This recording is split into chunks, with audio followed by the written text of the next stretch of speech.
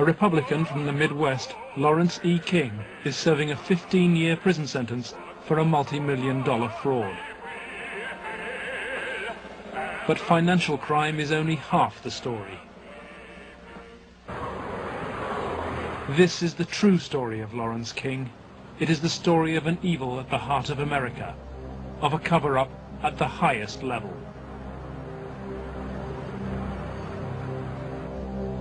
One man is attempting to uncover the full story. John DeCamp is among the most highly decorated Vietnam veterans. A former Republican state senator in Lincoln, Nebraska, he is now a lawyer fighting the legacy of Lawrence King's evil network. It's a web of intrigue that starts in our Holy of Holies, Boys Town, Nebraska, one of the most respected institutions in the United States, and spreads out like a spider web to Washington, D.C., right up to the steps of the nation's capital, the steps of the White House. Involves some of the most respected and powerful and richest businessmen in this United States of America.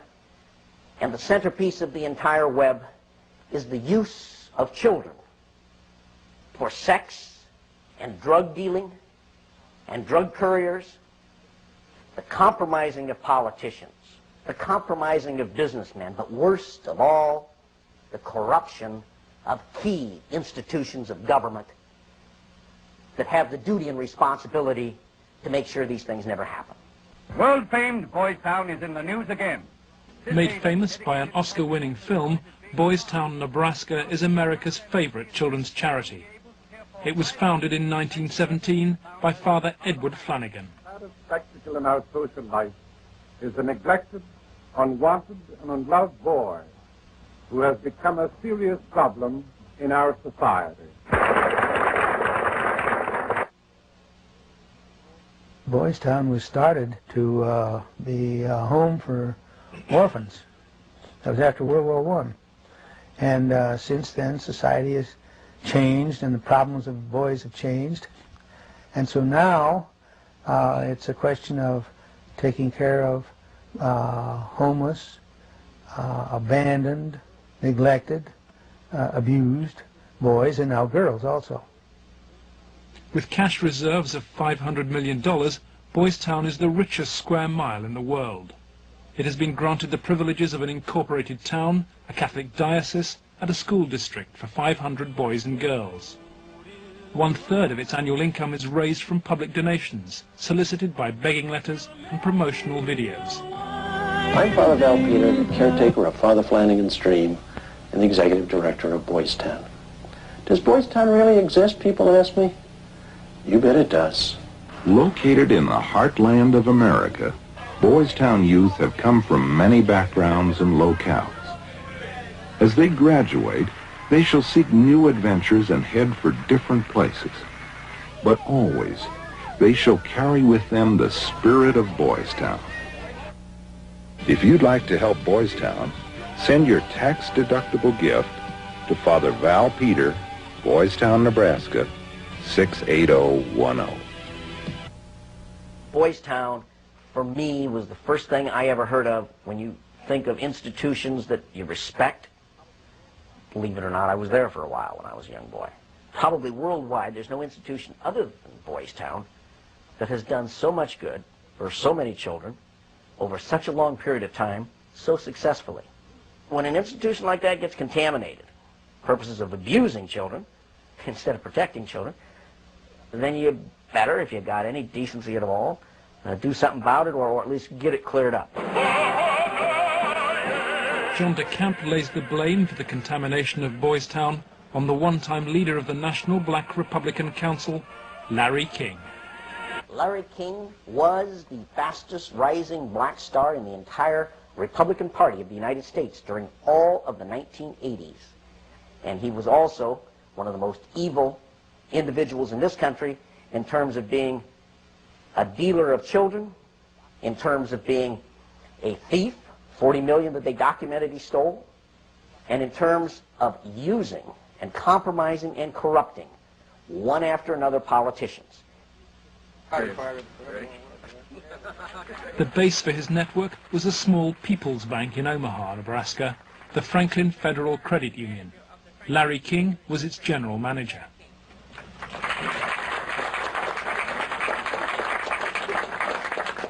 Thank you. This is especially an exciting day for me. Mr. King was a very charismatic person. When he came to the credit union, he was brought in because the credit union was actually failing. He did everything to build the credit union. King courted the leaders of Omaha's wealthy business district. Banks, industry, and charities placed millions of dollars in King's hands. From 1979, Larry King developed close commercial ties to Boys Town, and Boys Town youngsters were sent to work for his companies. Boys Town had quite a few accounts at Franklin Credit Union. Those were considered very valuable accounts. They were handled exclusively by the bookkeeping department. But on the average of once a month or once every 2 months, we always seemed to incorporate a person from Boys Town. King used Boys Town as a source of young boys for his business and for sex and drug orgies. Paul Banassi was a victim of King's abuse. He was also sent by King to lure Boys Town youngsters off campus. We used to just drive around and go up toward the home. That's when we used to do some of the scavenger hunts with picking up some of the kids. You know, just kind of win their confidence, become friends with them for a while. Start inviting them to the parties. The kids were 10 years old or older. In 1986, King's plundering of Boys Town was reported by staff to the chief executive, Father Val Peter. Subsequent testimony proves that he carried out his own investigation, but that King's victims refused to talk. Nebraska has a very clear statute that child abuse allegations should be reported to authorities.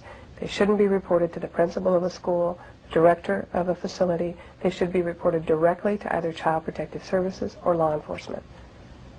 An internal investigation at Boys Town would have no status. I mean, in other words, that evidence collected may be something that could augment, but it certainly could not take the place of an investigation, a criminal investigation.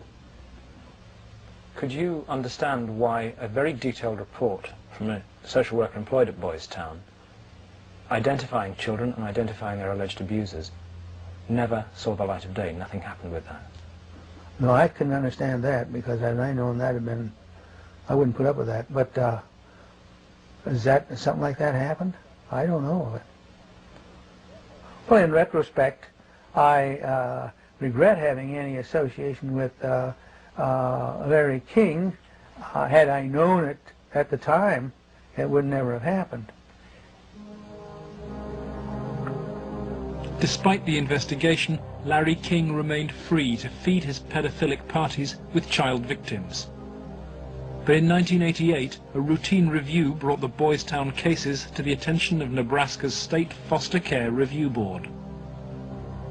And the information presented to the Foster Care Review Board, either via the telephone reports, the personal reports, or the reports we reviewed, Larry King's name was consistently present as someone that the youth were making allegations against.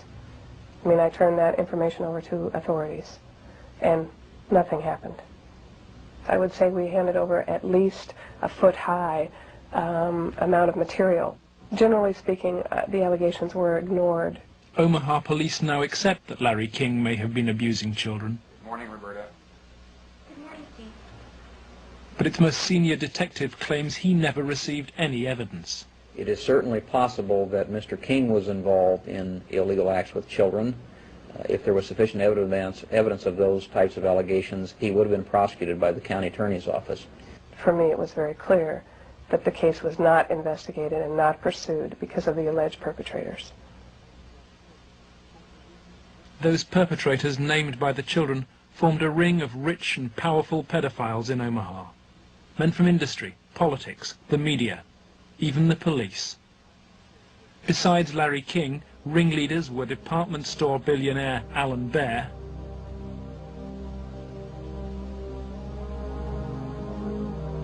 and the celebrity columnist of the Omaha World Herald newspaper, Peter Citron. With the judicial system apparently paralyzed, Larry King's political and business empire grew. He courted the Republican Party nationally and plundered Franklin's accounts to finance a luxury lifestyle of limousines, private planes and palatial homes, 3 in Omaha and 1 in Washington, D.C. Franklin's records show he spent $10 million on jewelry, flowers and private planes. And his lavish spending bought him a charmed life. Larry King was constantly heralded, cheered, applauded in the news media as the great businessman that's helping the poor people, the black community of Omaha. But King's extravagance attracted the attention of the Internal Revenue Service. As a result, on April the 11th, 1988, the Franklin Credit Union was raided and closed by the FBI. King was arrested, and a federal investigation showed he'd stolen $40 million from Franklin. But the FBI's inquiries were secret, and evidence of King's sex ring was quickly covered up. In November 1988, Nebraska's state government set up a parallel investigation into the Franklin financial collapse. A legislative committee was formed. Its chairman was the Republican head of Nebraska's banking committee, corn farmer and state senator Lawrence Schmidt. But the money trail led quickly to the original allegations of child abuse, and almost immediately anonymous threats began. I received a phone call on the floor of the legislature. The caller did not identify himself, but he said, "Lauren, you do not want to have an investigation of the Franklin Federal Credit Union." And I asked who I was speaking to, and they said, "That doesn't matter, but you shouldn't have that investigation." And I said, "Well, why not?" He said, "It will reach to the highest levels of the Republican Party." And we're both good Republicans. The night before we testified before the legislative committee, I did receive a phone call at home that said, "If you speak, you won't live to regret it." Undeterred, Schmidt's committee hired professional investigators Karen Ormiston and Gary Caradori.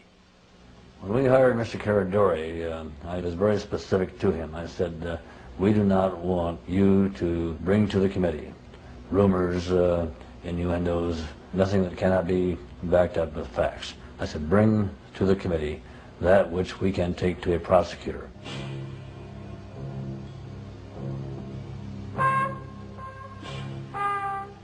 On the streets of Omaha, Gary Caradori and Karen Ormiston found new victims of King's paedophile network.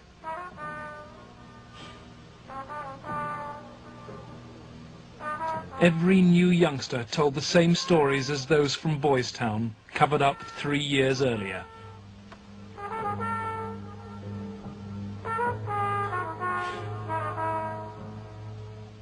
They were telling us about prominent people in Omaha and elsewhere that were abusing children at parties. The prominent citizens' names that originally came up were of concern to me because I knew many of those individuals, and I very frankly was shocked to have those names show up on the list. Ormiston and Caradori recorded their new witnesses on videotape. A victim of abuse since he was 8, Paul Benassi was present at many of Larry King's sex parties. Who were some of these people that would come to these parties? Larry King, Peter Citron, Wilson Lyle. He didn't seem like he was a like people. Media personality Peter Citron procured some of his victims from Boys Town. The kids he liked were mainly around the age of probably about 8 and 13. It was mainly fondling and oral sex with them. He did have some anal sex, but he usually did that with the older kids. But Citron's abuse of Paul Benassi involved ever more sadistic parties. He was tied me up and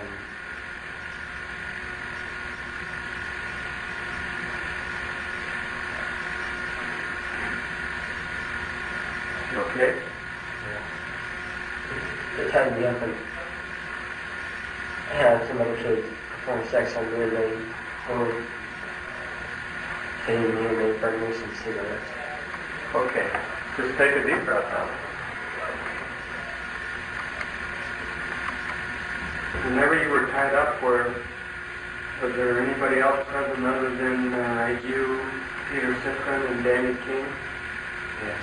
Who was that? It was Alan Bear sometimes, Larry King,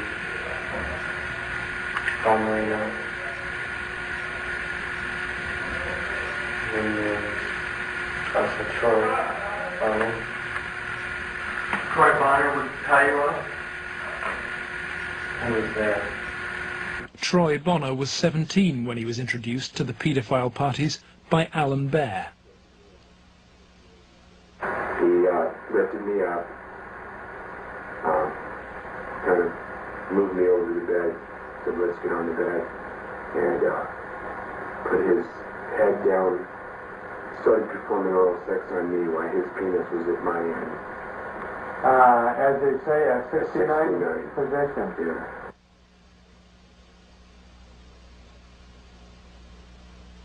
Alan Bear was a sick fuck. Didn't care, wanted sex, nasty, I don't even know if you can call it sex, and take it any way he can get it, pay for it, he liked to, but if he had to take it by force, he would.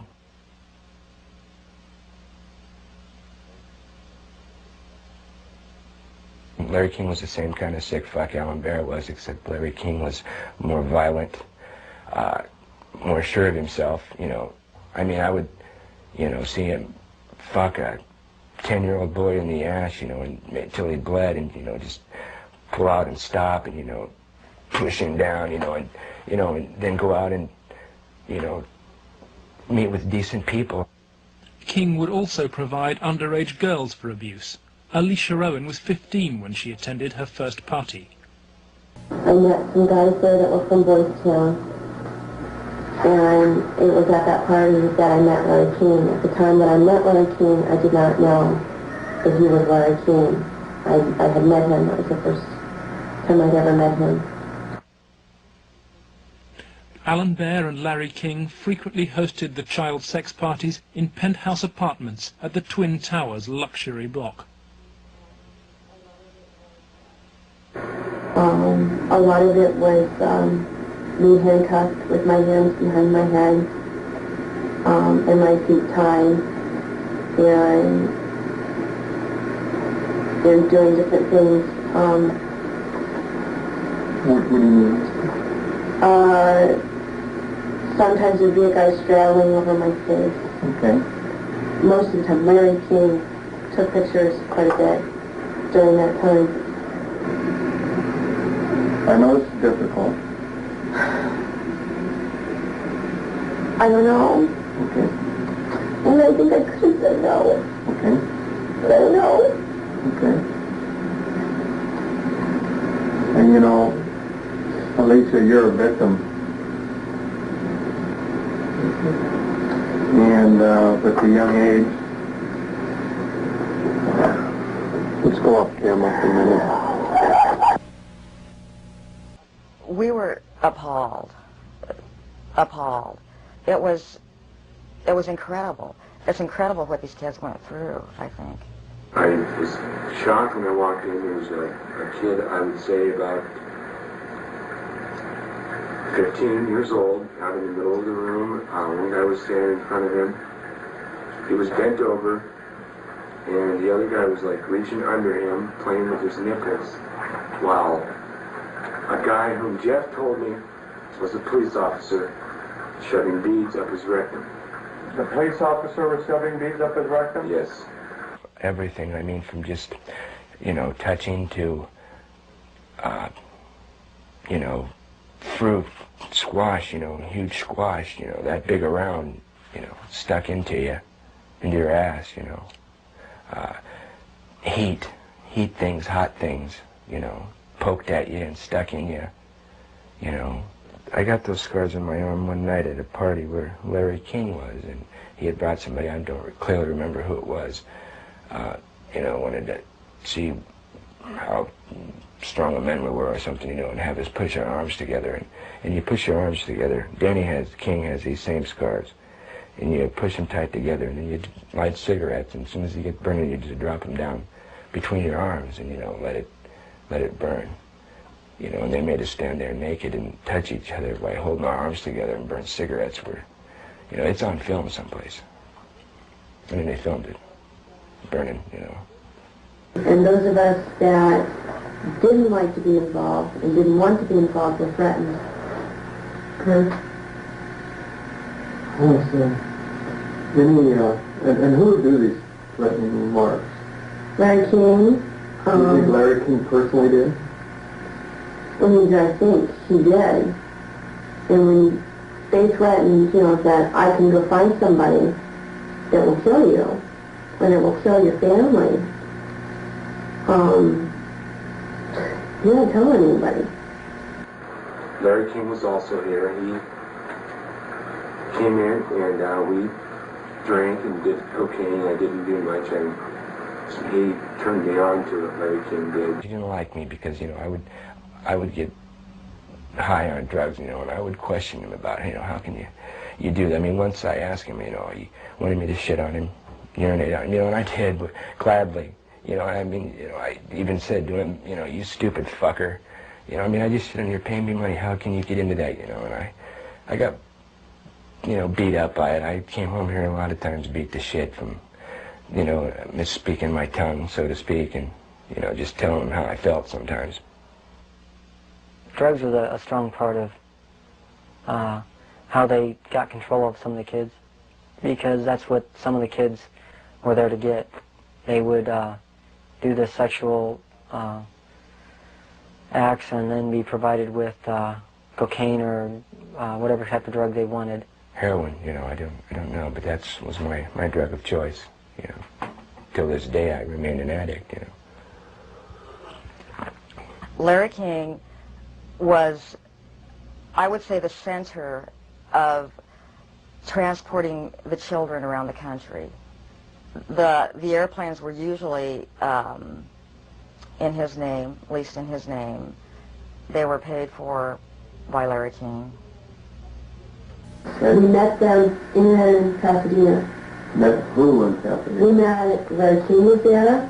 There was 3 boys that I had seen at one of the receptions at the French Cafe were there. And I'm almost positive they were Boys Town boys. Almost positive. They were there. You mean graduates of Boys Town or present? I think they were present because they were young. Well, how would they get away for a long period of time? I have no idea. Okay. Boys Town came up frequently during the investigation, but we found it very difficult to get information about Boys Town. I was not able to find any information on my visit there, and Mr. Caradori could not get information either.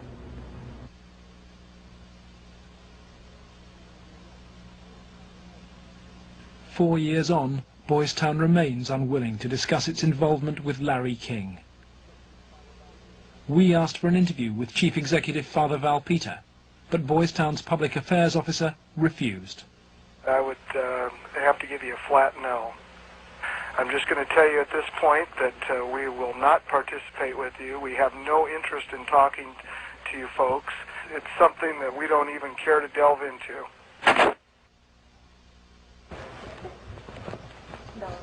Hi.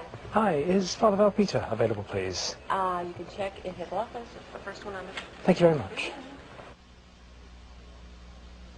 We're here because we have to give Father Val Peter and Boys Town every opportunity to talk to us about the very serious allegations. Please turn your recorder off.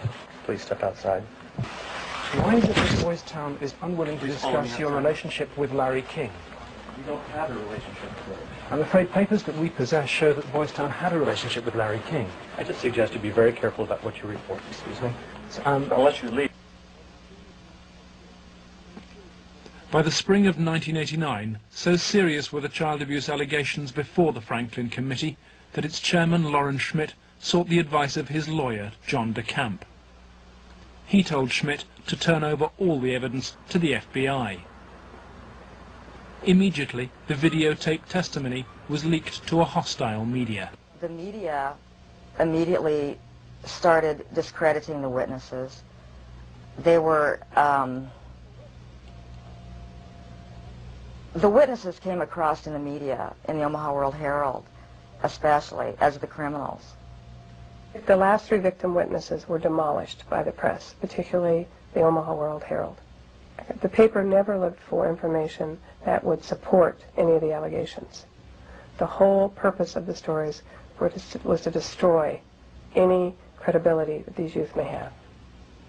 I've heard that people said that Gary Caradori coached me and that he told me what to say, but the fact was I didn't meet Gary Caradori until way after I'd already talked to the Omaha police about the abuse and had named all the same people. And they didn't ask me very much about Larry King or even Alan Bear at all. They treated the allegations that I made about the people who abused me almost like a joke. The information did not come our way. It was given, as I said, to the FBI and Nebraska State Patrol. They conducted their own investigations of the information.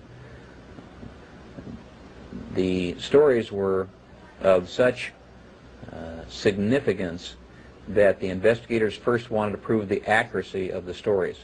As they set about the investigation of the 3, initially 3, and then a 4th person who were telling the stories, as the investigation developed, it became obvious to the investigators that the information was not accurate, that in fact it was an entire conspiracy of allegations, none of which had any truth to them. I was very disappointed with the way the FBI and law enforcement treated the victims. They, in fact, turned them into the offenders, so to speak. And instead of taking the evidence that was delivered to them by the victims and interrogating the persons whom the victims identified, they seemed to bear down and try to get the victims to change their story. Troy Bonner was brought in for questioning by the FBI. The FBI's attitude was, just no, that these kind of things don't happen. From the first interview when I went, and realized they don't believe a fucking thing I'm saying, they were just appalled, but I realized what that look in their eye was back then. It was fear. It was fear of I had witnessed, firsthand things that would, destroy this city, people, a position, what I mean? It's not going to be believed, they said. It will not be believed. You will be found guilty of perjury, and they weren't telling me maybe. They were saying, there's no way. You go on with this story, you're going to jail. That was said to me direct. Just out of fear, I came to recant the story out of fear. Troy Bonner agreed to recant his videotape testimony and state instead that his evidence had been invented. Next, the FBI used Troy in an attempt to trap Alicia Owen into recanting her evidence about Larry King's ring of powerful pedophiles. The phone call, recorded by the FBI on March the 9th, 1990, proves conclusive evidence for John DeCamp. This is Special Agent Michael F. Mott. The following will be a consensually recorded telephone call between Troy Bonner and Alicia Owen. Hello. Hi. Hey, what's going on? I'd like to ask you that. Talk to me. No, you talk to me. I don't understand what you're lying. Why are you lying? What are you talking about? That's what I'm asking you. You're calling me why I'm lying? Yeah. You concocted this whole thing, Alicia. You're full of shit. You either tell me what's going on. You're full of shit. Hey, look. Who do you have listening on this line? I have nobody listening to me. I'm listening to you, and I'm hoping you give me some fucking answers. I'll be honest with you. I don't know what kind of game you're playing. I'm not trying to play a game. And I don't know who you have listening on this phone call. You're being stupid, Alicia. I'm not going to go to jail for you. And that's what's going to happen. Why would you go to jail? Jail for telling the truth? No, jail for lying. What have you lied about? I haven't lied. Okay, but why are... Listen, shut up. Listen to me. You're not out here being talked to them every day. The pressure's kind of hard. You literally have to have bricks for brains to take on the FBI in this country. And that's exactly what you'd have to do this properly. They now, in my opinion, in my investigation, are the architects of the cover-up. We asked the FBI for an interview about its investigation of the Franklin scandal. Larry Holmquist with the FBI here. We feel it would be inappropriate for us to comment. We've worked this with the Omaha Police Department, and we just don't feel it would be appropriate for us to make comments.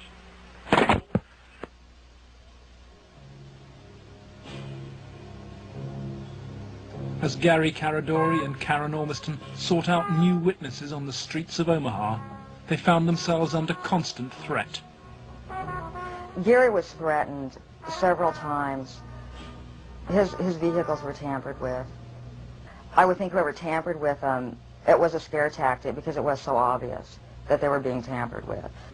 Gary there was one piece of evidence I know he got that he even said he got one step ahead of him this time. He told us about this book. It was like addresses, telephone numbers, names. He said if they knew he had it, they'd kill him. On July the 11th, 1990, Gary Caradori and his 8-year-old son, AJ, were flying home from Chicago. They had watched the All-Stars baseball game, and Caradori had been pursuing new leads. Investigators from the National Transportation Safety Board are in Harold Cameron's cornfield trying to determine what caused this private plane to crash, killing its 2 occupants.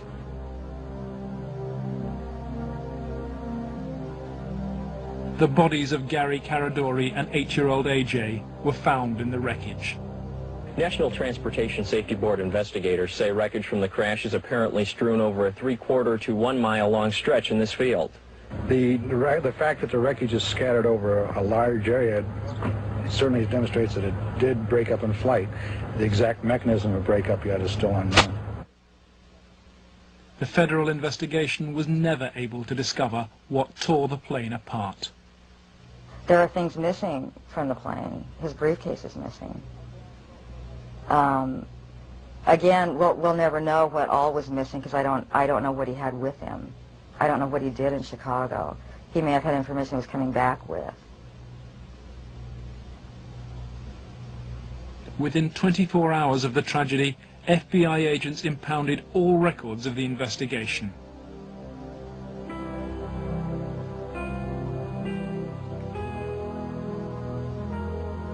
Gary's widow, Sandy, is still unable to come to terms with her loss. As a mother, I don't want to ever think that somebody murdered my child, let alone my husband. But I think if you'd ever talk to any parent, be it mother or father, who's ever lost a child, I mean, the worst thing that you can think of is that somebody would want to murder a child. I really feel that somebody killed my brother. And inside me, I know that somebody killed my brother. If somebody could help us out somewhere, somebody knows something. And may God help those who did that to him and his family.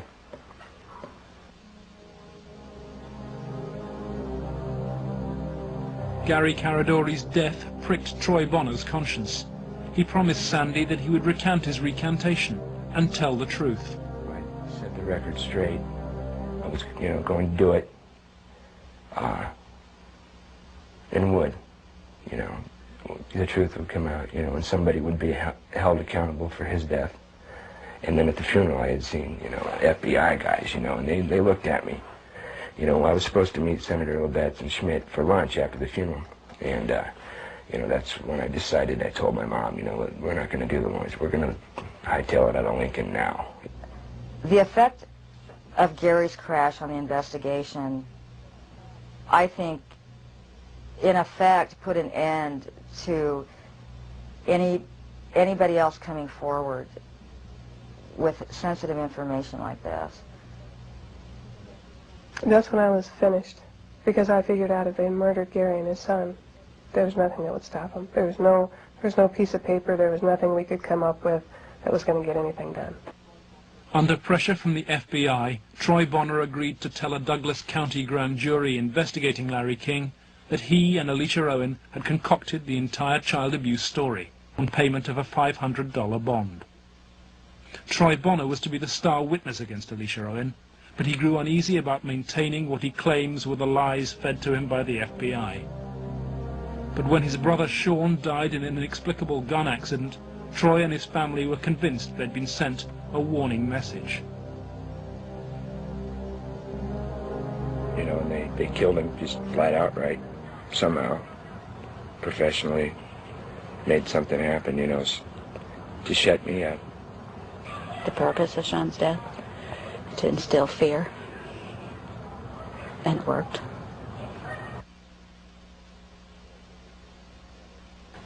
Do I feel guilty about my brother? Yes, I do.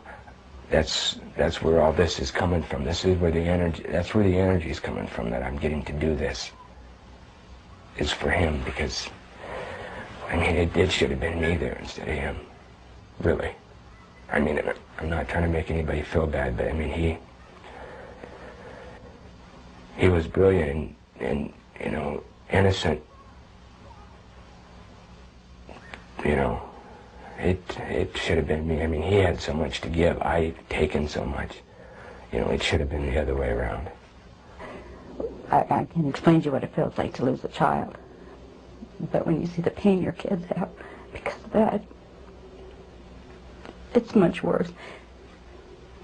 I can't do anything for them. I can't take that pain away for them.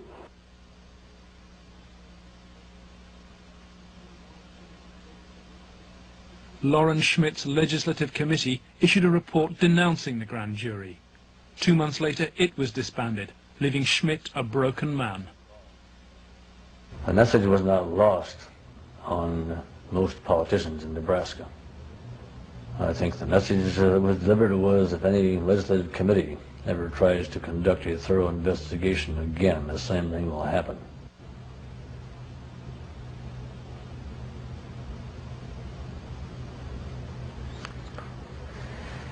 It has shaken my faith in the institutions of government. I used to be a firm believer that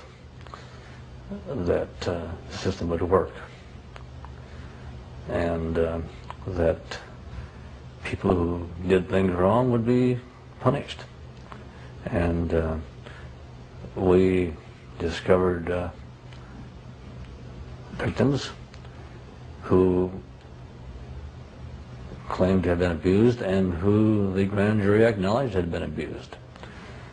But they did not try to find out who had abused those individuals. Instead, they convicted Alicia Owen of perjury. Indefensible from my point of view. In July 1991, Alicia Owen was convicted of perjury. Her sentence was between 9 and 25 years. I can't find a case in the history of this country where some kid got sentenced to 25 or 30 years in prison for something like this. If you were going to pick a what I call a tell sign, something that says something special about the whole thing, it was in the sentencing itself. For some reason, they had to send a signal to every kid who was a potential witness. My opinion again. A signal so loud and clear, if you dare to come forward, if you dare to talk, watch what happens. 3 months later, Larry King was jailed for the $40 million fraud. He was given a 15-year sentence, 10 years less than Alicia Owen. John DeCamp is now the only man fighting to help Larry King's victims. He has become the lawyer for Paul Benassi and Alicia Owen. I live in Nebraska. Hell, I was born here, raised here. I have 4 kids growing up here. Like it or not, it's my heritage, you know. Well, if it's a dirty cesspool that I got to live in or look back on that I left, that ain't good. The real cost, if I were going to say to my family, has been the fear and intimidation it's put in some of the kids. A couple of the kids are really, really frightened and really had some sleeping problems over, you know, hear this or that. So that's been the real concern I've had. In the face of mysterious threats, John has turned for advice to his friend and one-time boss, former head of the CIA, Bill Colby. Old Bill Colby told me better than anything. The one thing that the bad people can't afford is publicity, and knocking you off right now or doing something obvious to one of your kids would bring them more trouble than it's worth. I said, you have to consider the possibility of some danger to not only your reputation, but to your person. I mean, people do react rather violently to some kinds of charges, or particularly if they're true, there's more apt to be a negative reaction than if they're false. If they're false charges, then they can be reacted to in a normal way, by a libel suit or whatever. But if there's truth in it, there can be a danger in that situation. We've seen that happen in other cases.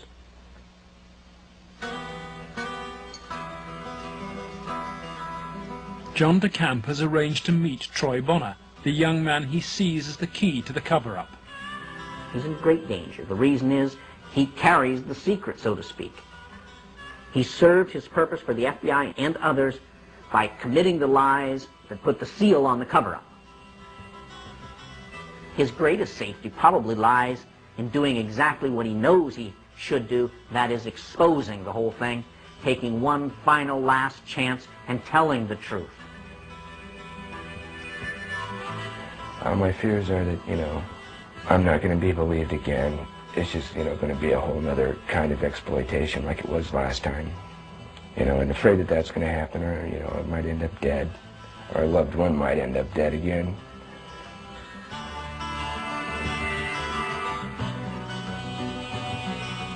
I want this to go forward and have something done so that all those other kids who a lot worse, more worse things have happened to can come forward and see that action can be taken, because there are a lot of other kids out there that, things happen to them that, a lot worse than happened to me.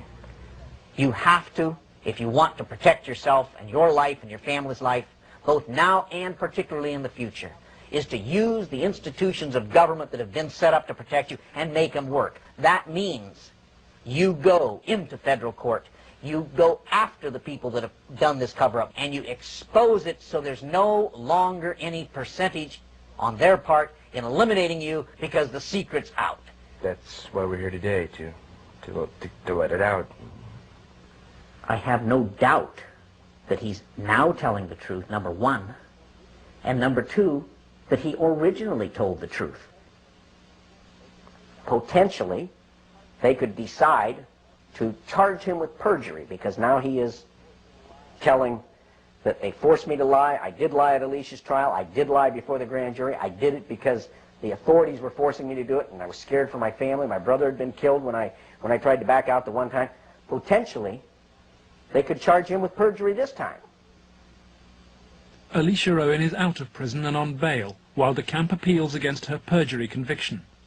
As he prepares for a court hearing, new evidence of the cover-up emerges, and once again it involves Troy Bonner's evidence. The tapes that were shown to the grand jury had been edited. Everything that matched Troy's statement Was shown. that matched mine 'Cause I know it's was his reason. edited out. And I think maybe one of the things we want to do is show the judge specifically where these, little 5-minute segments of, look, this tape says this, and then show him it isn't in this tape, and this is the tape the grand jury saw. I'm going to attempt to get these tapes, and we'll see what happens next. But to obtain the evidence, DeCamp must approach some of the very officials he believes were involved in the cover-up, the county attorney's office which ran the grand jury. In the good old Alicia Owen case, 127-194, I'm trying to get the evidence, the tapes and the transcripts of Troy and Danny, Troy Bonner. It might be downstairs. We'll get that up here once. Yeah. I think there's 2 tapes. There should be, as I understand, and the transcript of them. But if I could get them, I could start reviewing them and figure out maybe a little bit on what's happening on some things. It's up at the county attorneys. They have all the bills up there. Robert, let me guess, Robert Siegler has them. Robert Siegler is the prosecuting attorney fighting to send Alicia Owen back to prison. After lengthy negotiations, DeCamp emerges with the tapes the grand jury never saw. I went with $4,000. I bought $4,000 of cocaine. Okay, and what airline? I flew out of American. Okay, and did you go direct?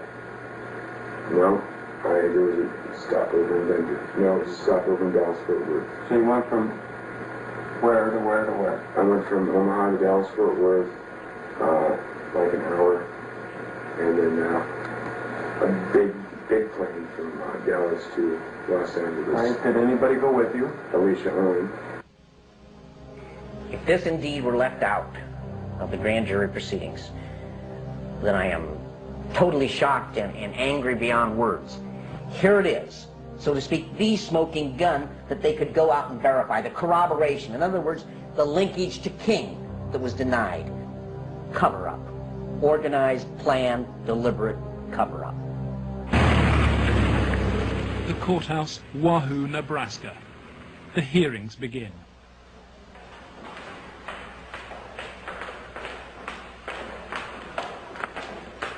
Alicia Owen is ready to testify. So too is Paul Benassi.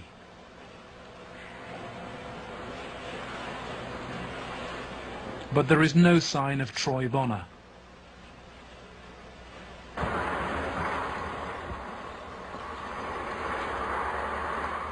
DeCamp discovers that Robert Siegler has sent the young man a threatening subpoena.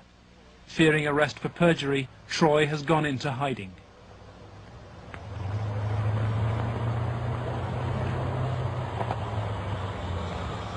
Let's try and subpoena him with those guys.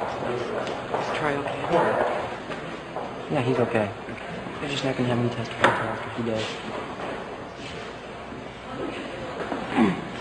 Okay, Troy's not here. Where's Alicia? No. Is she there?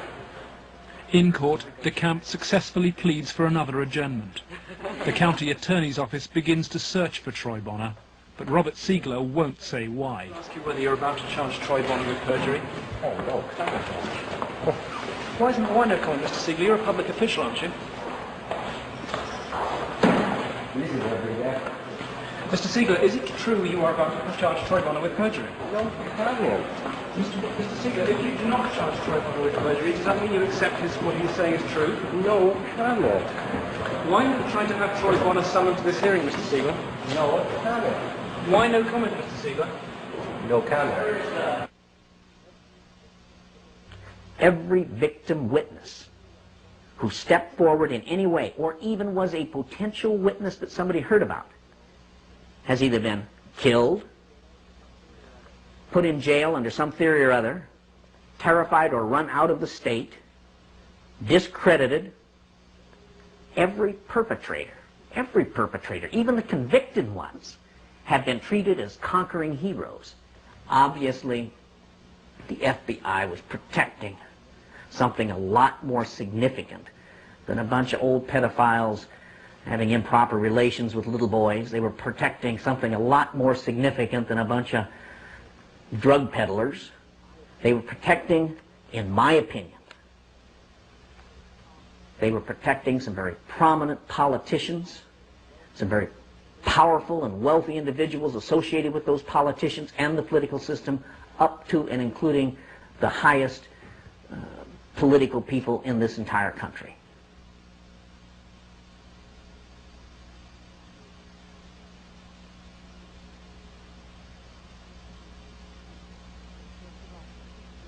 In search of answers, John DeCamp goes to Washington to investigate Larry King's powerful connections in the nation's capital.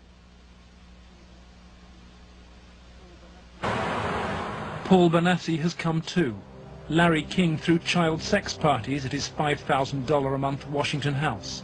Paul Benassi was one of the victims.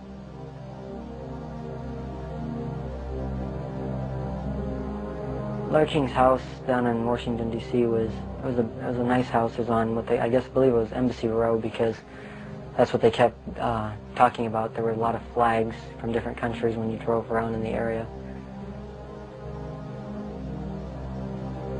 So tell me, Paul, how often did you come here? I was about 14, about 1981, and at first it was about 3 or 4 times the first year. After that it was about once a month after 81. And who brought you here? Larry King brought me here. And this is the actual house where you...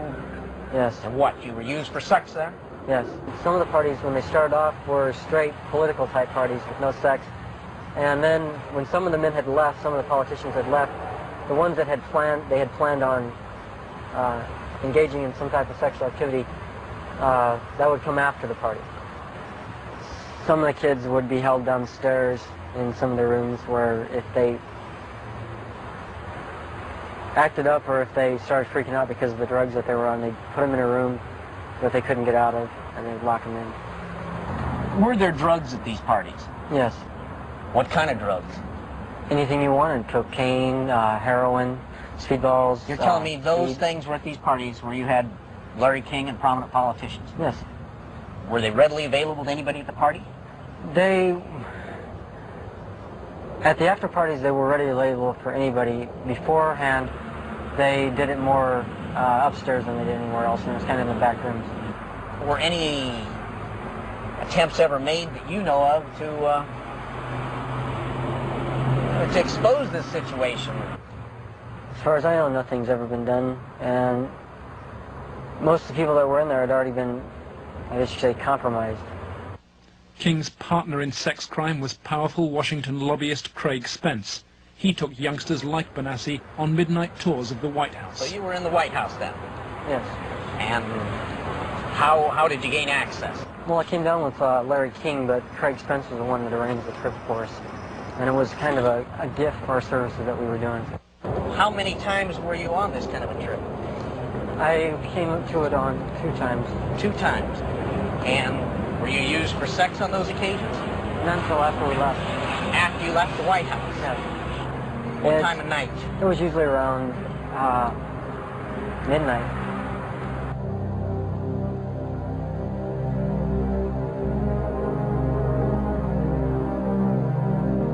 For me, it was just kind of weird being in the White House at that time of the night, and getting to go into places that the guy was telling us that nobody gets to go to. I mean, I seen rooms in there that I'd never even heard about.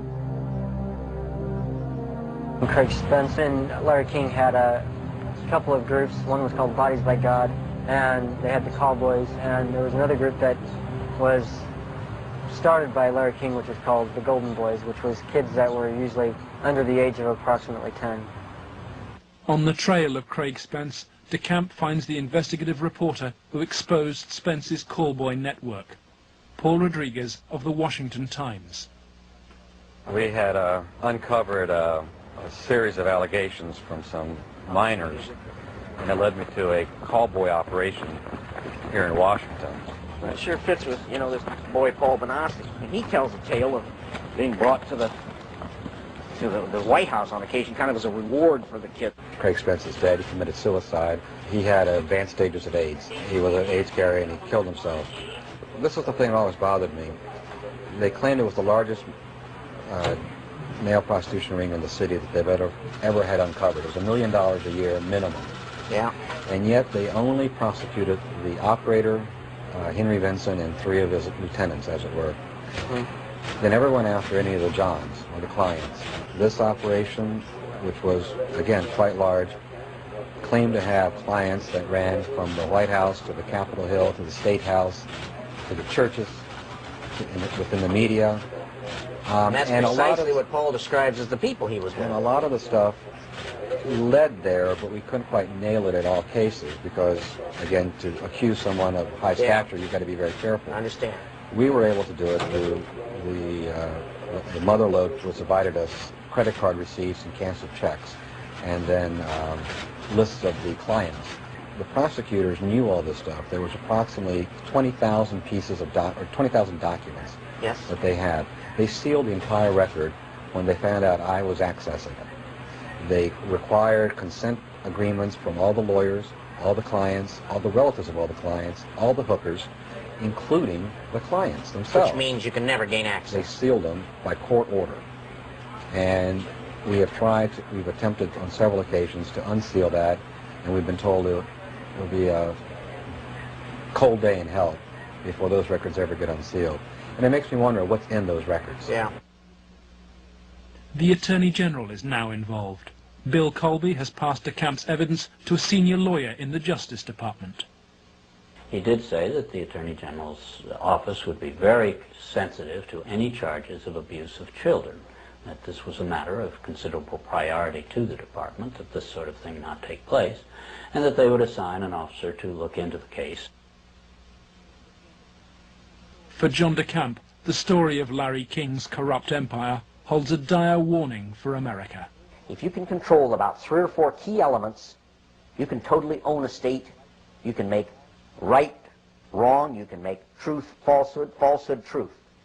If you control the media, if you control the Justice Department, if you control the police, you own the system. It's beyond belief that arguably the most powerful person in the world, the President of the United States, in the form of Richard Nixon, could not prevent the investigation of Watergate, or that President Reagan could not prevent the investigation of Iran-Contra, and yet somehow this group of unnamed, unknown, anonymous individuals in Omaha, Nebraska have such power they can control and protect all of these people from being investigated. Those allegations are ridiculous.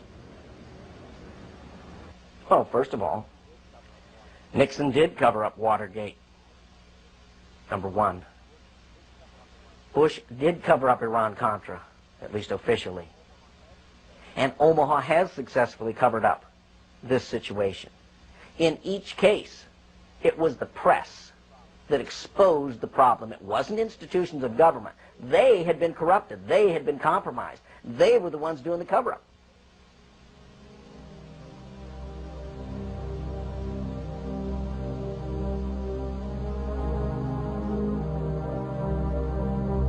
The Justice Department, acting through FBI and the U.S. Attorney's Office in Omaha, emerges from the record of the Franklin investigation, not so much as a party to the cover-up, but as its coordinator.